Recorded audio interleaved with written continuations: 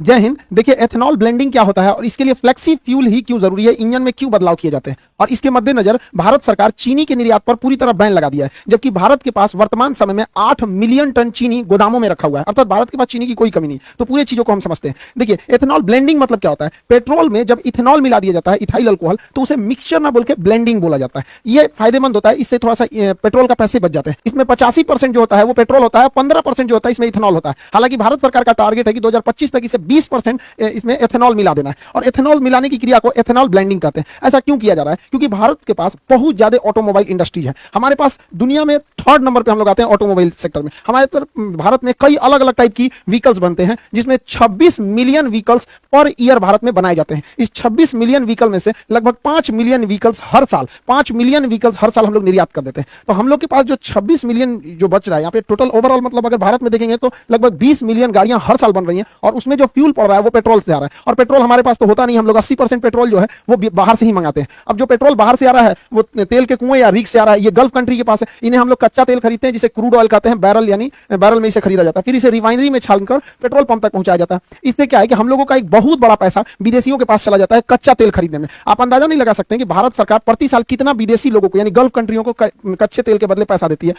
$65 billion देती है। $65 billion कितना हो गया? 50 खरब 41 अरब 17 करोड़ 57 लाख 50 हजार रुपए प्रति साल भारत सरकार का पैसा जाता है। हम लोग टैक्स पेयर का पैसा विदेशियों के पास चला जाता है, जो केवल जमीन से निकाल के पेट्रोल दे देते हैं। अब सोचिए ना, जैसे हम लोग के यहाँ अगर कोई पानी खरीदता 60 रुपया लीटर, तो कितना अमीर हो जाते हैं हम लोग। तो इतना पैसा जाता है। सोचिए, अगर इस पैसे का हम 20% टारगेट रखे हैं कि इसमें पेट्रोल की जगह इथेनॉल मिला देंगे, तो इसका 20% कमी आएगी ना। सोच सकते हैं, निकालते रहिएगा इसका 20% कितना ज्यादा होता है। इसीलिए हम लोग एथेनॉल को कर रहे हैं, और एक बार एथेनॉल सक्सेस हो गया ना, तो 20% की जगह 30% करेंगे, 30% की जगह 50% कर देंगे, और धीरे धीरे करके 80% कर देंगे। तो 80% कर देंगे तो इन लोगों को पैसा देने की जरूरत क्यों है? एथेनॉल हम लोग खुद ही बना सकते हैं। ये नहीं बना सकता है एथेनॉल, इन लोग को उतना टेक्नोलॉजी नहीं है। एथेनॉल जो होता है C2H5OH होता है एथेनॉल, इसे इथाइल अल्कोहल कहा जाता है। इसका IUPAC नाम एथेनॉल हो जाता है। शराब बनाने के काम में यही आता है। शराब में भी इथेनॉल ही मिलाया गया रहता है। और जो हम लोग देखते होंगे सैनिटाइजर होता है, उसमें भी देखिएगा 70% इथेनॉल लिखा रहता है। सैनिटाइजर में भी इथेनॉल ही होता है। इसे फर्मेंटेशन यानी किण्वन विधि द्वारा बनाया जाता है, और इसे पेट्रोल में क्या किया जाएगा? मिक्स कर दिया जाएगा। टारगेट है 20% को मिक्स करने का। अगर ये सक्सेस हो गया तो इसे बढ़ा के हम लोग 50% भी ले जा सकते हैं।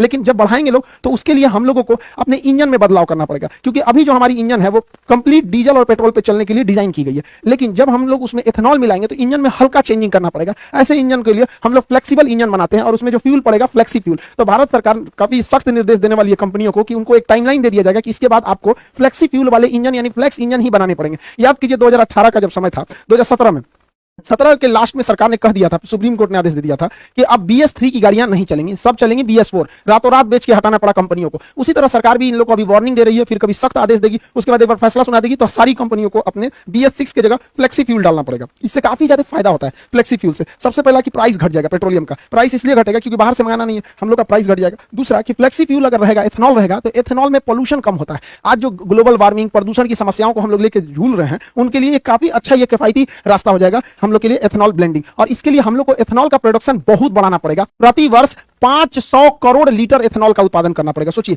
500 करोड़ लीटर। अब इतना एथेनॉल का उत्पादन करेंगे तो रोजगार भी मिलेगा। बाहर अगर अकेले बिहार में 4 से 5 एथेनॉल प्लांट लगा दिए गए, इससे हजारों लोगों को रोजगार मिलेगा। देखिए, रोजगार डायरेक्ट कम दिखता है, इनडायरेक्ट बहुत ज्यादा लोगों को रोजगार दिखता है। तो कहीं पे भी अगर देखिएगा किसी एरिया में अगर वहां 20 भी फैक्ट्री आ गई ना, 20 फैक्ट्री, तो कम से कम 10,000 लोगों को रोजगार मिल जाएगा। तो आप ये मत देखिए कि 500 करोड़ लीटर प्रति वर्ष, इससे डायरेक्टली इनडायरेक्टली बहुत लोगों को रोजगार मिलेगा, क्योंकि उसका एक पूरी तरह सप्लाई चेन बन जाएगा। कैसे कि एथेनॉल बनता कैसे है? अनाज को सड़ाकर, यानी जो हम अनाज फेंकते हैं ना, उसी को सड़ा के एथेनॉल बना लिया जाता है। तो एक तो वेस्ट बचेगा हम लोग के यहाँ। दूसरा, इसे गन्ना से बनाया जा सकता है। चावल जो टूट जाता है, बाजार में सस्ते दाम पर बिक जाता है, किसान का चावल टूट गया तो उसको खुद ही बन जाता है, तो उसी चावल को सड़ा के ये एथेनॉल बना लेता है। मक्का जो है, इसका कोई भाव नहीं मिलता है। 6 रुपए किलो किसान का मक्का सरकार को किसान बेचने के लिए मजबूर होता है। 6 रुपए किलो। अब उसको ना छुपाया कैसे जाता है, किसानों को बेवकूफ कैसे बनाया जाता है? तो सरकार कहती है हम 6 रुपया नहीं ना खरीद रहे हैं, हम 600 रुपया प्रति 100 kg यानी प्रति क्विंटल खरीद रहे हैं। और जब हाल है भैया, तो 1 रुपया 6 रुपया ना किलो पड़ा, तो किसान को 100 रुपया का भाव कौन सी बताता है? 1 किलो का बताओ ना, आम आदमी को भी समझ में आता कि तब ना लोग सवाल उठाएंगे कि किसानों का इतना दुर्दशा क्यों है।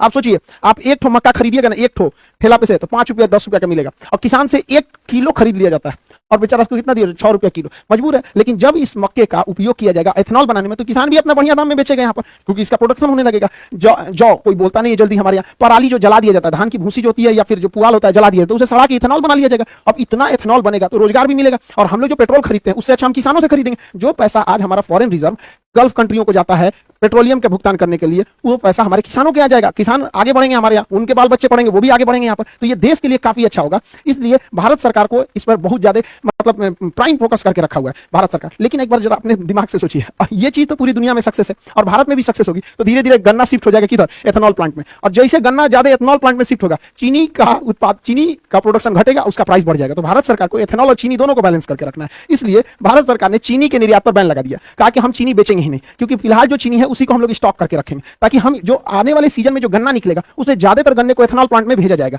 अब ज्यादातर को भेज देंगे, चीनी के लिए नहीं बचेगा। भारत में महामारी हो, पूरा भयानक कम महंगाई है भारत में, तो चीनियों महंगा हो जाएगा यहाँ पर, इसलिए इस पर निर्यात पर रोक लगाया गया। हालांकि भारत में चीनी का प्रोडक्शन बहुत ज्यादा है, चीनी का प्रोडक्शन 35 मिलियन टन है हम लोग के पास चीनी का प्रोडक्शन। हालांकि इसका उत्पादन जो है वो 27 मिलियन टन है, यानी 8 मिलियन टन एक्स्ट्रा हमारे पास है। 35 मिलियन टन उत्पादन है, 27 मिलियन टन चीनी का उपभोग है। चीनी का डेली रेगुलर बेसिस पे उपभोग होता है हम लोग के यहाँ, चाय में होता है, बिस्किट में होता है, तरह तरह की कैंडी, मिठाइयाँ, छोटे बच्चों के लिए खाने के लिए आता है, लेमचूस उमचूस, यहाँ पर मिठाई देखिएगा, जलेबी, रसगुल्ला, जितना सब चीज में चीनी पड़ता है हमारे यहाँ चीनी। और जो पैकेट वाली सामानें बिकते हैं, कभी मंच तुका दुकाई, किट कैट उटकेट, ये सब छोटका लड़का ज्यादा जानता होगा, सब हम लोग को कौन सी पता है सब, मतलब वो सबको। तो यहाँ पे जो है ना, ये इस सब में चीनी पड़ता है, तो चीनी का हमारे यहाँ डिमांड बहुत ज्यादा है, 27 मिलियन टन प्रति वर्ष डिमांड है। तो हम लोग के पास 35 मिलियन टन उत्पादन है, 27 मिलियन टन खर्च है, यानी बफर स्टॉक में हम लोग के पास अभी भी 8 मिलियन टन जमा है। बफर स्टॉक किसे कहते हैं? सरकार जो अनाज को सरप्लस उत्पादन के समय जमा कर लेती है गोदामों में, उसे बफर स्टॉक कहा जाता है। बफर स्टॉक रखने की जिम्मेदारी फूड कॉर्पोरेशन ऑफ इंडिया को है, एफसीआई को है। बड़े बड़े गोदाम होते हैं, इसी में रखा जाता है, छोटा मोटा नहीं, बड़ा सा गोदाम होता है,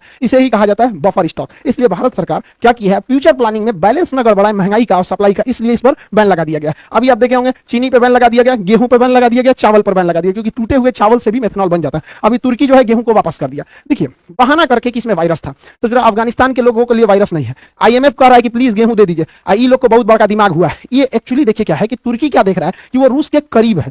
तुर्की जो है वो अमेरिका को बैलेंस करके चल रहा है यूएसए को चिढ़ाने के लिए, क्योंकि तुर्की जो है रूस से सटा हुआ है और रूस के पास गेहूं की कोई दिक्कत नहीं है, और रूस के इस एरिया में, चचन्या वाले एरिया में आराम से ट्रक से गेहूं आ सकता है तुर्की में। तो ये देख रहा है कि इसी बहाने हम तुर्की देख रहा है रूस से व्यापार बढ़ा लेंगे और अपने आप को हीरो बनने के लिए भारत का गेहूं वापस कर दिया है। यही गलती किया था मलेशिया, यही गलती किया था इंडोनेशिया, पाम ऑयल को लेकर इनको घमंड हो गया था पाम ऑयल को। आज इनका पाम ऑयल कोई खरीद ही नहीं रहा है यहाँ पर, तो ये लोग कह रहे हैं कि पाम ऑयल खरीद लो। देखिए इंटरनेशनल रिलेशन में ईगो नहीं दिखाना चाहिए इनको, ज्यादा ईगो इनको महंगा पड़ जाएगा वहां पे। मत लो गेहूं, कौन मार, हम लोग के यहाँ गोदाम का कमी है। तो आप ये समझ गए होंगे कि एथेनॉल क्या है, फ्लेक्सी फ्यूल क्या है और क्यों हम लोग इसको ज्यादा प्रमोट कर रहे हैं। ये अच्छा भी है, हमारे बचे हुए खाना या जो अनाज बर्बाद हो जाते हैं, अनाज टूट जाते हैं, जैसे चावल वगैरह का दाना, तो उसे इजीली इसे दोबारा फर्मेंटेशन यानी किण्वन करके बनाया जा सकता है, जो काफी अच्छा भी है यहाँ पर। इससे देश को भी फायदा होगा, फॉरेन रिजर्व